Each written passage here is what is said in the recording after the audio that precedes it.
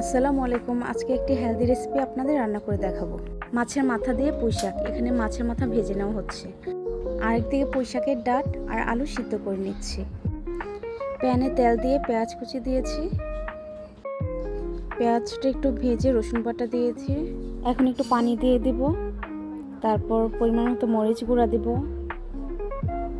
তারপর পরিমাণ মতো লবণ দিয়েছি। একটু জিরা গুঁড়া দিয়েছি। এরপর ভেজে রাখা মাছের মাথা দিয়ে দেব।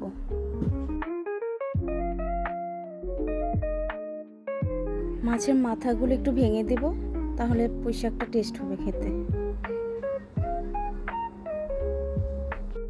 এখন পুঁইশাকের ডাঁট আর আলু সিদ্ধ দিয়ে দিলাম।